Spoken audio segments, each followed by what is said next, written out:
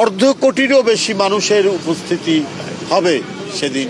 সারা বাংলাদেশ থেকে আজকে একদিন আগে মানে মানে আর মাত্র 2 দিন আছে, আগামী পরশুদিন উনি আসবেন। আজকেই আমরা দেখতে পাচ্ছি বিভিন্ন জেলা থেকে লোক আসা শুরু হয়েছে। তো সুতরাং 25 তারিখে এখানে মানে মানুষের মহামিলন এবং মহামেলায় পরিণত হবে, এই ব্যাপারে আমরা নিশ্চিত।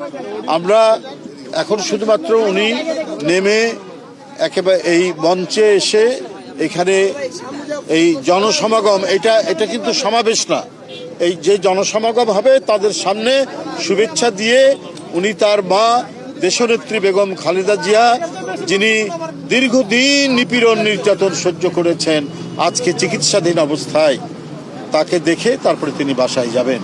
তো সেই পর্যন্ত আমি মনে করি বাসায় যাওয়া পর্যন্ত রাস্তার 2 ধারে অসংখ্য মানুষ, লক্ষ লক্ষ মানুষ, আমি তো মনে করি যে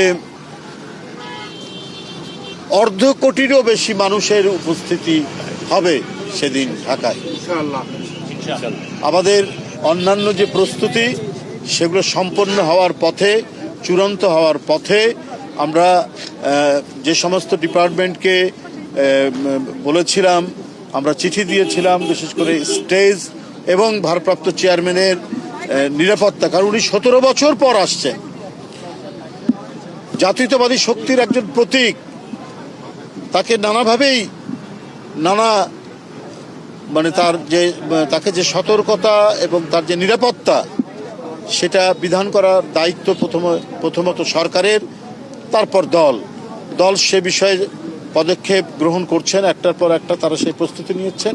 আমি আশা করি সরকারও সেটা নিচ্ছেন, যেটা আমরা এখানে তার কিছু উদাহরণ আমরা এখানে পাচ্ছি, দৃষ্টান্ত আমরা পাচ্ছি। তো সব মিলিয়েই আগামী পরশুদিনের বিএনপির ভারপ্রাপ্ত চেয়ারম্যান জনাব তারেক রহমানের স্বদেশ প্রত্যাবর্তন শান্তিপূর্ণ এবং জনতার অসংখ্য জনতার শুভেচ্ছায় সিক্ত হবেন জনাব তারেক রহমান, এবং সেই জনসমাগমকে তিনি শুভেচ্ছা জানাবেন।